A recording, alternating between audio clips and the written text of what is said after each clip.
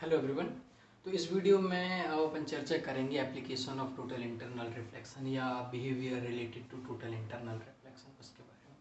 तो सबसे जो अच्छा बिहेवियर जो हम देखते हैं, ठीक है, जैसे मिराज के बारे में बात करें या पहले अपन किसके बारे में बात करते हैं, ब्रिलियंस ऑफ डायमंड के बारे में बात करते हैं। Okay, first we will study about the brilliance of diamond. ठीक है, तो यहाँ पे जैसे तुमको एक टेबल दिख रही होगी, this is a table. Table में अपन ने एक रिलेशन निकाला दैट न्यू2 is equals to 1/sin c।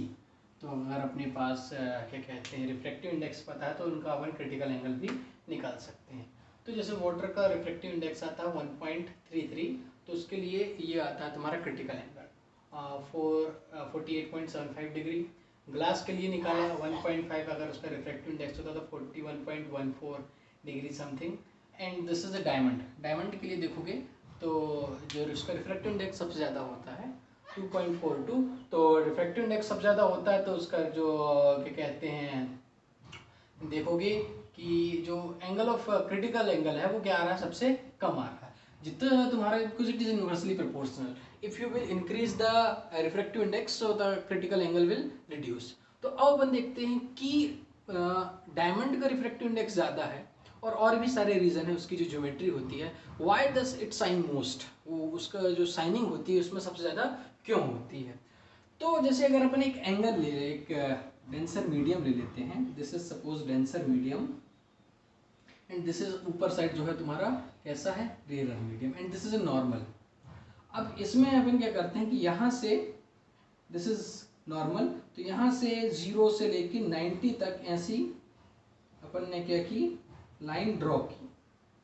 ठीक है, हर एक एंगल पे suppose this is 1 degree 2 degree 2, हाँ यहाँ तक कितना हो गया तुम्हारा 90 डिग्री। और इसमें यहाँ पे क्या होगा तुम्हारा रिफ्रैक्शन होगा। तो देखिए अगर 90 लाइंस ड्रॉ कर रहे हैं हर एक डिग्री पे, तो सबसे ज्यादा रिफ्रैक्शन किस में होगा, और सॉरी सबसे ज्यादा रिफ्लेक्शन किस में होगा, सबसे कम रिफ्रैक्शन किस में होगा। तो कितनी लाइंस इसमें रिफ्रैक्ट होंगी अगर अपन H2O वाटर की बात करते हैं, तो फर्स्ट से लेके कितने एंगल तक, 48 डिग्री तक, फर्स्ट से लेके 48 डिग्री तक की जो लाइंस रहेंगी, मतलब 48 लाइंस, 48 लाइन क्या होंगी तुम्हारी रिफ्रैक्ट होंगी। और बची जो जितनी लाइन है कितनी 42 लाइन, वो क्या होंगी तुम्हारी रिफ्लेक्ट, है ना, क्योंकि 48 डिग्री तक वो क्या होगा तुम्हारा एंगल ऑफ क्रिटिकल से क्या होगा तुम्हारा छोटा होगा एंगल ऑफ इंसिडेंस। उसके बाद जितने एंगल बनेंगे उसमें क्या होने लग जाएगा तुम्हारा रिफ्रैक्शन, सॉरी रिफ्लेक्शन। तो 48 लाइंस 48 लाइन रिफ्रैक्ट होंगी और 42 लाइंस क्या होंगी तुम्हारी रिफ्लेक्ट, है ना। अब अपन ग्लास की बात करते हैं, तो ग्लास में कितनी लाइन रिफ्रैक्ट होंगी, कितनी लाइन रिफ्रैक्ट होंगी 48 डिग्री 41 डिग्री तक। तो मतलब कि 41 लाइंस तुम्हारी क्या होंगी, हर एक डिग्री पे एक लाइन ध्यान रखना, तो 41 लाइन रिफ्रैक्ट होंगी और बची जो लाइन होगी कितनी होगी तुम्हारी 49, ये क्या होंगी तुम्हारी रिफ्लेक्ट, है ना। और अगर अपन डायमंड की बात करते हैं तो डायमंड में 24 लाइन, जो 24 लाइन है वो रिफ्रैक्ट होंगी और बाकी जो लाइनें कितनी होगी तुम्हारी बची वाली 66 लेट्स सी। तो 66 लाइंस क्या हो रही हैं रिफ्लेक्ट। अब देखो सबसे ज्यादा रिफ्लेक्शन इंटरनल रिफ्लेक्शन किस में आ रहा है, डायमंड में, क्योंकि डायमंड का इसमें देखोगे 42 लाइंस, देखो यहां से 40, इसमें एंगल ऑफ क्रिटिकल कितना है वाटर में 48, मतलब यहां से लेके 48 डिग्री तक जितनी लाइंस बनी 48 लाइंस बनी, वहां तक क्या होगा रिफ्रैक्शन, और उसके बाद बचे वाले पोर्शन में क्या होगा रिफ्लेक्शन। मतलब कि बचा वाला पोर्शन कितना हो गया 42 डिग्री का, मतलब 42 लाइंस वो क्या होंगी तुम्हारी रिफ्लेक्ट होंगी। इसमें 41 तक थोड़ा ज्यादा कम रिफ्लेक्शन होगा, 49 लाइंस क्या होंगी रिफ्लेक्ट होंगी अंदर, लेकिन डायमंड में केवल 24 बाहर जाएंगी, 66 लाइंस क्या होंगी तुम्हारी अंदर। ठीक है, मींस 24 डिग्री तक, मान लो यहां कहीं तक तुम्हारा क्या होगा, रिफ्रैक्शन। बाकी यहाँ से जितना ये पोर्शन है ये पूरा यहाँ पे क्या हो जाएगा तुम्हारा, रिफ्रैक्ट हो जाएगा, अंदर के अंदर क्या हो जाएगा, रिफ्रैक्ट। तो डायमंड का देखो कि रिफ्रैक्टिव इंडेक्स सबसे ज्यादा, तो क्रिटिकल एंगल सबसे कम है, मतलब कि क्रिटिकल एंगल सबसे कम मतलब 24 से जैसे ही एंगल तुम्हारा बड़ा हुआ एंगल, लाइट क्या होगी अंदर ही अंदर क्या हो गई, रिफ्लेक्ट होगी। सो that is one case, diamond why it is reflect back. तो एक बार जो लाइट उसके अंदर गई वो क्या होने गई, रिफ्लेक्ट हो गई, अंदर क्या हो गई तुम्हारी, रिफ्लेक्ट, तो अंदर से बाहर नहीं जाएगी। मतलब इधर से पूरे से अगर अपन लाइट भेज रहे हैं तो उसमें से केवल 90 लाइंस में से 24 लाइंस बाहर जाएंगी, 66 लाइंस क्या हो जाएंगी, अंदर के अंदर रिफ्लेक्ट हो जाएंगी। This is one case. अब दूसरा केस अपन जैसे डायमंड का अगर तुमको शेप पता होगा तो डायमंड शुरुआत में पहले ऐसा कोन शेप में होता है, ठीक है, लाइक दिस। और ये इसके कोन भी देखोगे तो कोन भी तुमको लाइंस मतलब प्लेन सरफेस को क्राफ्ट करके बनाया हुआ रहता है, ठीक है। तो इस तरह से कुछ ऐसा दिखता है वो डायमंड। और यहां पे भी इसमें एक चीज और अगर अपन देखें, ठीक है, कुछ और चीज देखें, अगर इसका क्रॉस सेक्शन व्यू देखेंगे तो बहुत सारे छोटे छोटे पार्ट्स में ये इस तरह से है।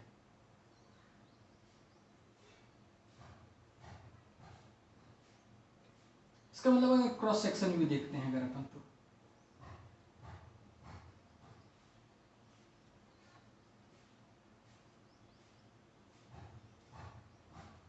ये इस तरह से है ना। तो ये जो एंगल होता है अराउंड योर कितना होता है, 120 डिग्री का, है ना। इसको मैं बड़ा में बना देता हूँ, यहाँ से अगर तुमको दिखने, सपोज यहाँ ये कितना का होता है तुम्हारा 120 डिग्री। तो मान लो कोई भी लाइट जब यहाँ से ऐसी आ रही है, this light is coming here, ये वाला पाथ में अगर अपन देखें, ये जो लाइट आ रही है यहाँ पे, और यहाँ पे अगर अपन नॉर्मल ड्रॉ करें तो ये एंगल छोटा हो गया, तो ये एंगल कितना हो गया 90 माइनस थीटा, हाँ, तो ये एंगल क्या हो जाएगा, बड़ा हो जाएगा हमेशा। तो लाइट यहां से गई, ये इसमें क्या हो गया तुम्हारा, this angle becomes greater than, this angle becomes greater than critical angle, तो लाइट अंदर ही क्या हो गई, रिफ्लेक्ट हो गई। जैसे यहाँ पे आई तो ये एंगल छोटा हो गया, यहाँ पे नॉर्मल ड्रॉ किया तो ये एंगल कितना हो गया 24 डिग्री से बड़ा हो जाएगा, 24 डिग्री से बड़ा हो गया तो लाइट फिर से अंदर ही रिफ्लेक्ट हो गई, इस वाले पाथ में आ गई, यहाँ पे आ गई, फिर से यहाँ गई, तो ये वाला एंगल बहुत छोटा है, ये वाला एंगल क्या हो गया तुम्हारा बड़ा, ये डेफिनेटली 24 डिग्री से क्या होगा तुम्हारा बड़ा होगा, तो फिर अंदर ही अंदर क्या होगी, रिफ्लेक्ट होगी। फिर यहाँ ये एंगल छोटा होगा, ये एंगल ऑफ इंसिडेंस होगा, ये डेफिनेटली 20 डिग्री से बड़ा होगा, है ना, 90 माइनस थीटा, 20 डिग्री से बड़ा होगा, तो फिर अंदर ही अंदर क्या होगा, रिफ्लेक्ट। तो एक बार जो लाइट डायमंड के अंदर गई है यहाँ पे, तो वो क्या हो गई, अंदर ही अंदर, बाहर नहीं आ पा रही, वो क्या हो गई, अंदर ट्रैप हो गई, that has been trapped inside.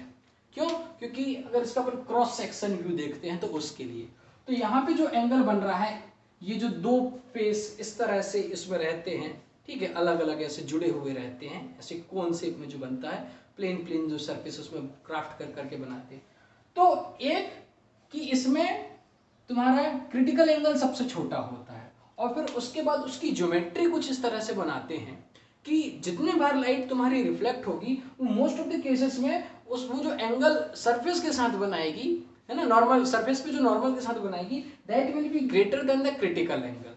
वो हमेशा क्रिटिकल एंगल से क्या होगा, मोस्ट ऑफ द केसेस में बड़ा होगा। तो जब क्रिटिकल एंगल से बड़ा हो जाएगा एंगल ऑफ इंसिडेंस, तो लाइट अंदर ही अंदर क्या हो जाएगी तुम्हारी, रिफ्लेक्ट। सो अब डायमंड के बाहर क्या होता है, डायमंड के बाहर there is air, so neighbourhood of the diamond is always less denser than the diamond, है ना। जो नेबर, चाहे वो वाटर में रहे, चाहे वो तुम्हारे किसी और भी मीडियम में रहे, तो उसका रिफ्रैक्टिव इंडेक्स बहुत ज्यादा है। जैसे एयर हो गया, ग्लास हो गया, ग्लास के भी अंदर रख दो, वाटर के भी अंदर रख दो, या एयर में रख दो, तो तीनों का जो है डायमंड से रिफ्रैक्टिव इंडेक्स क्या है, कम है। तो हमेशा जो लाइट जब बाहर की तरफ जाएगी तो उसका बाहर का रिफ्रैक्टिव इंडेक्स नेबर का क्या हो जाएगा तुम्हारा, less than the refractive index of diamond. So when that is happening, it will not go outside, because most of the times when it is reaching the surface, it is making the angle of incidence more than the critical angle, है ना।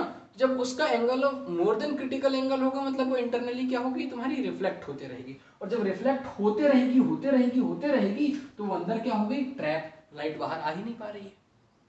Then here इसके ऊपर भी यहाँ पे कुछ ऐसी geometry, अब मान लो लाइट यहाँ आई और यहाँ से इस तरह से टकराई तो इधर चली गई, फिर इधर से इधर चली गई, फिर इधर से इधर चली गई इधर, तो इस तरह से इसमें रिफ्रैक्शन होता रहेगा, है ना, बार बार रिफ्रैक्शन होता रहेगा अंदर ही अंदर इसमें, क्योंकि most of the times when it is going to strike the interface of a medium, then बाहर का जो रिफ्रैक्टिव इंडेक्स होगा हमेशा अंदर के रिफ्रैक्टिव इंडेक्स से क्या होगा, कम होगा, क्योंकि diamond itself is a denser medium.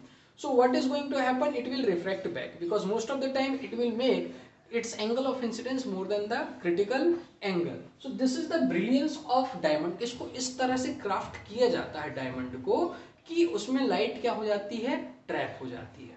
Okay तो डायमंड क्राफ्टिंग इट्स वेरी वो बहुत मतलब जो क्राफ्टिंग करते हैं बहुत अच्छे से करते हैं ताकि वो लाइट जो है उस एंगल का बहुत ज़्यादा ध्यान रखते हैं. तो ये एंगल या तो 120 डिग्री का होना चाहिए या उससे ज़्यादा का ही होना चाहिए. तो जितने ज़्यादा का एंगल होगा उतना ज़्यादा उसमें क्या होगा, multiple most of the time से रिफ्लेक्शन होते रहेगा और वो लाइट अंदर क्या हो जाएगी तुम्हारी, trap, and the diamond will start shining. As the light goes inside, it is very difficult to come out because it is going to be trapped inside. So that is one application of the total internal reflection. Then you see the mirage. Mirage क्या होता है phenomena कि जैसे hotter days में जब अपन highway पे जाते हैं तो अपने को ऐसा लगता है कि सड़क में पानी भरा हुआ है, अपने को ऐसा लगता है या वो मिरर की तरह बिहेव कर रही है.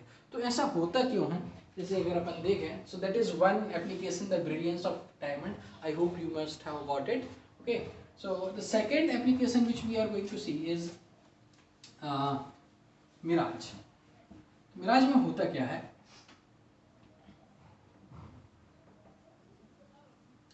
अब जैसे हॉटर डेज है तो हॉट डेज में जो तुम्हारी रोड्स होती हैं, सीमेंटेड रोड जो होती हैं वो बहुत ज़्यादा गर्म हो जाती हैं, है ना. जैसे यहाँ पे कोई पेड़ है या कोई भी चीज़ है जो यहाँ पे ऐसी कुछ ऐसी रखी हुई है और यहाँ पे तुम खड़े हो, and in hotter days this road becomes hot. तो जो इसके पास की जो एयर है हियर, है ना, जो सरफेस के पास की जो एयर है दिट बिकम्स हॉट, एंड यहाँ की जो एयर है वो कैसी होगी तुम्हारी, कोल्ड, है ना.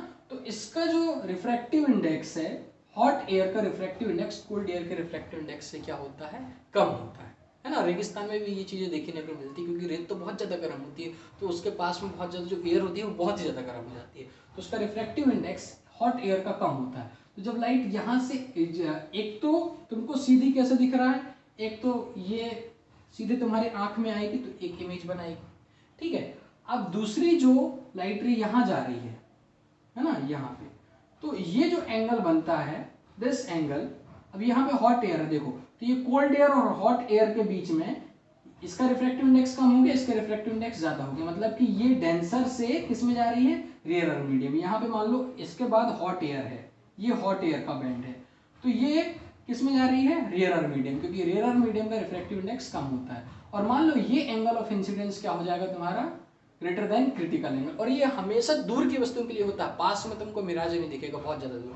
जब ये बहुत ज्यादा दूर रहेगा तो ये एंगल उतना ही ज्यादा क्या हो जाएगा, बढ़ जाएगा. मींस दिस एंगल विल हो greater than the critical angle. तो यहाँ पे लाइट इधर पे न जाके किधर जाएगी तुम्हारी, रिफ्रैक्ट होके तुम्हारे पास आ जाएगी, और फिर तुमको लगेगा कि लाइट यहाँ से नहीं आ रही, ये लाइट कहाँ से आ रही है, यहाँ से, तो तुमको एक मिरर इमेज दिखेगी नीचे की तरफ. So that is the mirage which happens in mostly hotter days, और समर में जो होता है मोस्टली रोड्स में या डेजर्ट में ये चीज़ देखने को मिलती है. डेजर्ट में ऐसा लगेगा कि पानी भरा है, लेकिन जब वहाँ जाके पहुँचे देखे तो पता चला वहाँ फिर से रेत है.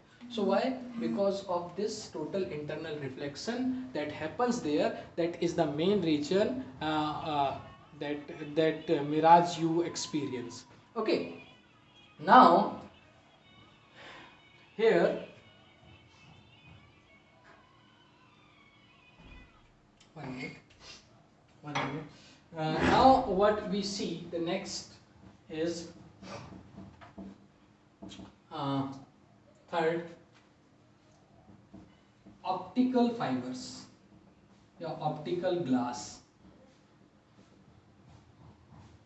ठीक है, ऑप्टिकल फाइबर तुमने मार्केट में देखा होगा, एक ग्लास का गुलदस्ता रहता है, उसमें ऐसे छोटे छोटे,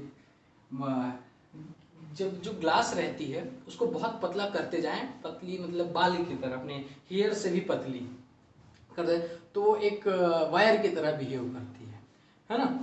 तो ऑप्टिकल फाइबर में होता क्या है कि वो ट्यूब जैसी नहीं रहती, ध्यान में रखना। It is a solid cylinder, solid cylinder रहता है, अच्छा लंबा और बहुत ही ज्यादा पतला रहेगा, ध्यान में रखना। It is very much thin. अपन यहाँ बनाएंगे तो समझने के लिए थोड़ा सा मोटा बनाएंगे। सो इट्स वेरी थिन, है ना, इस तरह से।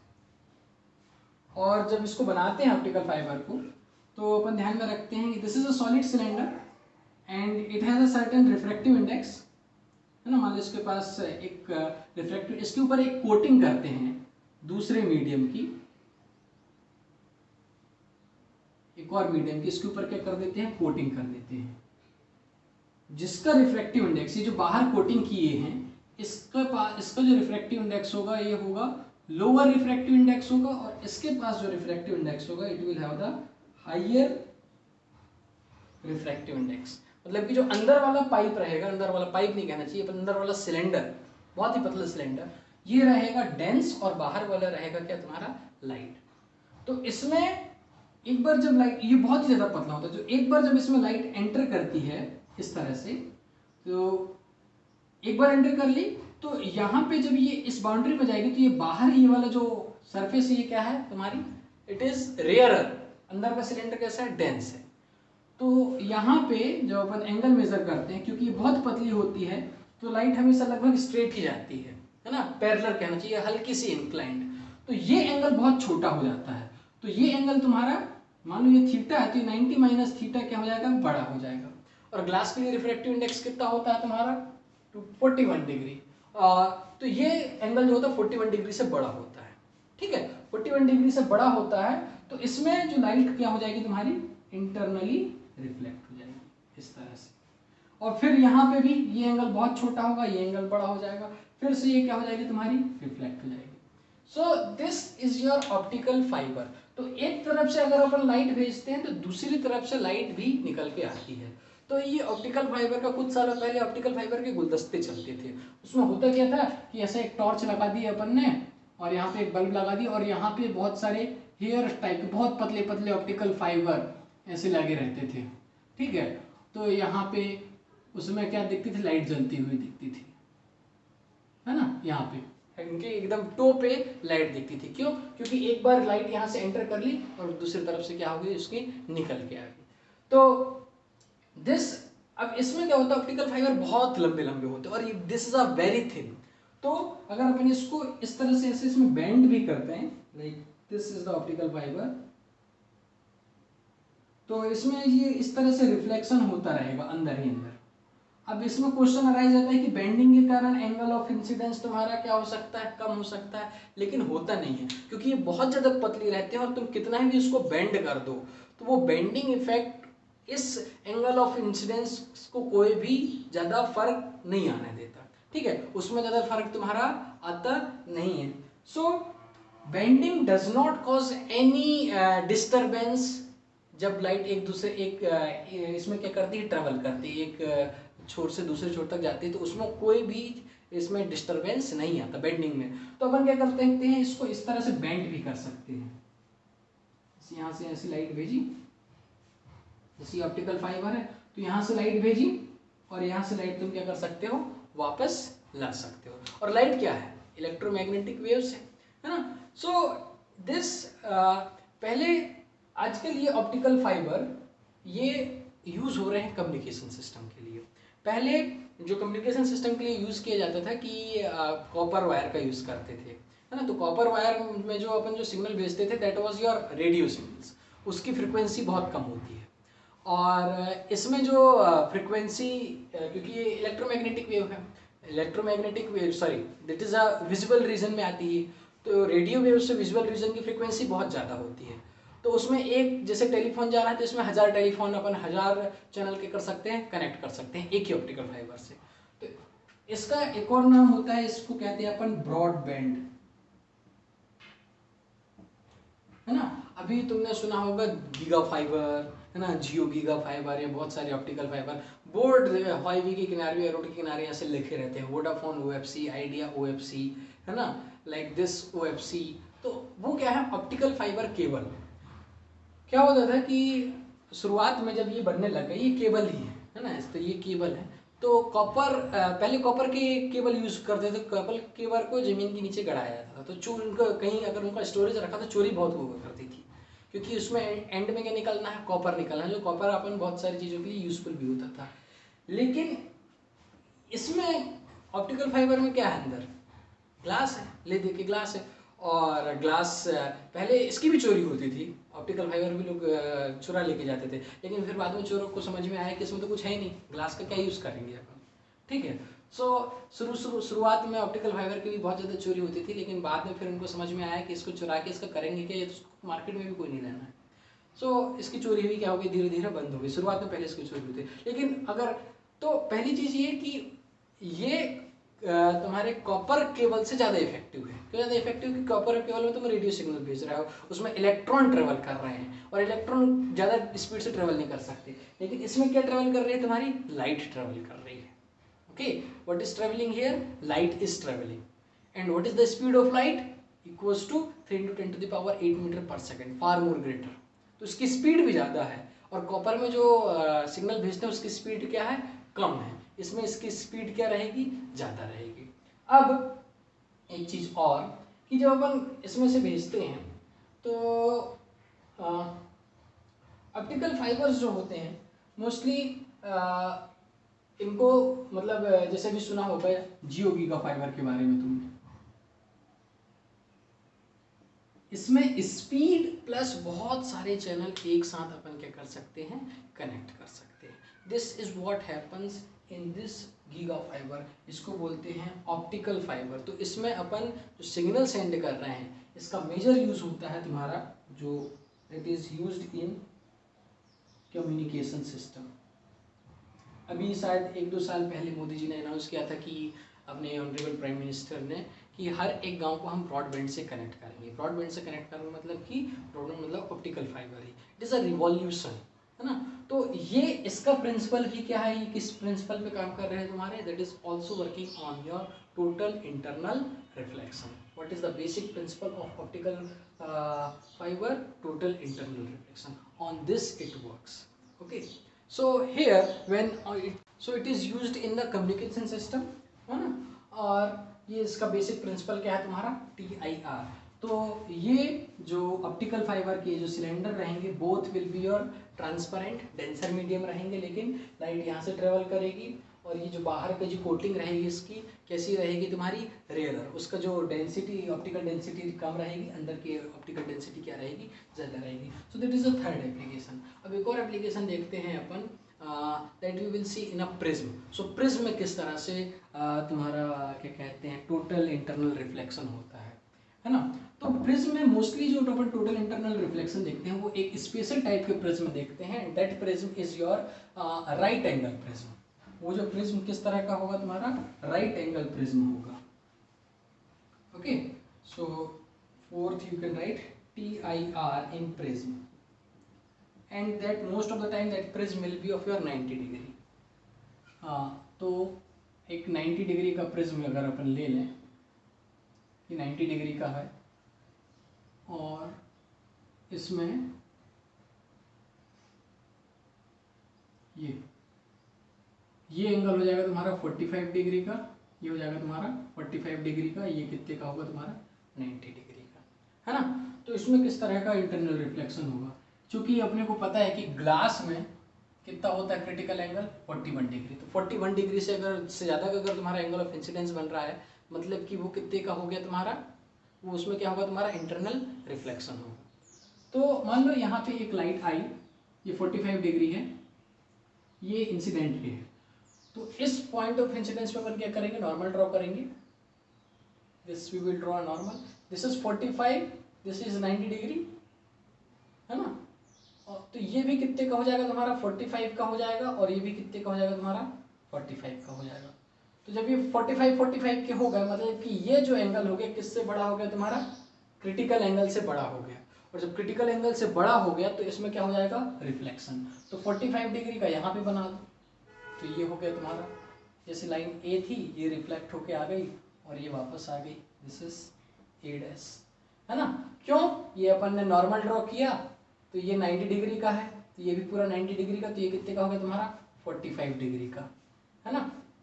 45 डिग्री का ये हो गया, तो ये भी 45 डिग्री का हो गया। ये हो गया तुम्हारा एंगल ऑफ इंसिडेंस। तो एंगल ऑफ रिफ्लेक्शन भी कितने का हो गया 45 डिग्री का, क्योंकि रिफ्लेक्शन हो रहा है।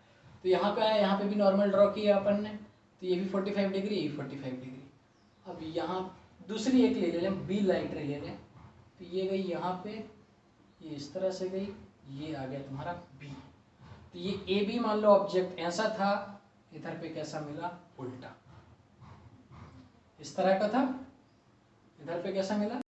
ओके, सो ये this was the right side, this was left side. तो इसमें क्या हो गई तुम्हारी इमेज 180 डिग्री क्या हो गई, टर्न हो गई। ऑब्जेक्ट ऐसा रखा था, यहाँ से इंटरनल रिफ्लेक्शन हुआ, यहाँ से इंटरनल रिफ्लेक्शन हुआ, यहाँ से जब तुम इसको देखोगे तो जिस तरह से ऑब्जेक्ट रखी थी उसकी उल्टी, how much it is turn 180 degree turn हो गई। मान लो किसी और तरह से प्रिज्म रखा, मान लो तुम्हारा राइट एंगल प्रिज्म कुछ इस तरह से रखा है। Okay, this is how it is kept, this is your 45 degree, ये हो गया तुम्हारा 90 डिग्री, ये हो गया 45 डिग्री। यहाँ से यहाँ पे मान लो एक ऑब्जेक्ट रखा है, ये this is how it is kept. यहाँ से लाइट रह गई, ये कितने का एंगल बनाएगी यहाँ पे 45 डिग्री का, ये नॉर्मल, ये भी कितने का बनेगा 45 डिग्री का। तो ये क्या हो जाएगी, इधर की इधर रिफ्लेक्ट हो जाएगी। यहाँ से जो लाइट आई इधर रिफ्लेक्ट होगी, तो ये वाला पॉइंट यहाँ बना, ऊपर वाला पॉइंट ये बना। Suppose this A and B was there, so this is, oh sorry, opposite I have made, this is this and this light ray is this, so ये B ये है और A ये है ना, ये। तो इसमें कितना टर्न हो गया तुम्हारा 90 डिग्री, कितने डिग्री का टर्न हो गया तुम्हारा 90 डिग्री का। तो राइट एंगल प्रिज्म में भी तुम्हारा क्या होगा, टोटल इंटरनल रिफ्लेक्शन होगा। अब एक तरीके का और ले लें, मान लो ये तुम्हारा प्रिज्म रखा है ना, ये भी मान लो 90 डिग्री का प्रिज्म है। यहाँ से एक लाइट रह गई, यहाँ से तो रिफ्लेक्ट हो जाएगी, लेकिन यहाँ जब जाएगी अंदर तो इस फेस से तुम्हारा क्या होगा रिफ्लेक्शन, क्योंकि ये एंगल छोटा होगा जिसके कारण लाइट यहाँ से क्या हो जाएगी तुम्हारी रिफ्लेक्ट हो जाएगी, तो ये इधर चली जाएगी। एक और लाइट रे आई, मान लो यहाँ से, this was A, this was B, दूसरी वाली भी आएगी यहाँ से और ये रिफ्लेक्ट हो जाएगी। तो अब ये बाहर से आएगी, ये बाहर से आएगी, तो ये B जा रही है, ये B गई, ये B है, ये B है, this is A, this is A, this is A, this is A। तो this is became upside down, है ना, ये उल्टी था तो यहाँ पे सीधा, दिस इज अपसाइड डाउन, है ना। तो इस तरह से प्रिज्म में भी तुम्हारा क्या होता है रिफ्लेक्शन। और ये इसमें जो क्वेश्चन आते हैं, this comes for the completion of diagram, की डायग्राम कंप्लीट करो, तो प्रिज्म में भी तुम्हारा क्या होगा, टोटल इंटरनल रिफ्लेक्शन होगा। So these are the some applications of total internal reflection which we have seen। तो पहला अपन ने देखा ब्रिलियंस ऑफ डायमंड, दूसरा देखा अपन ने मिराज, तीसरा देखा अपन ने optical fibre, and the fourth we have seen is the total internal reflection in a right angle prism। So all these are very much important।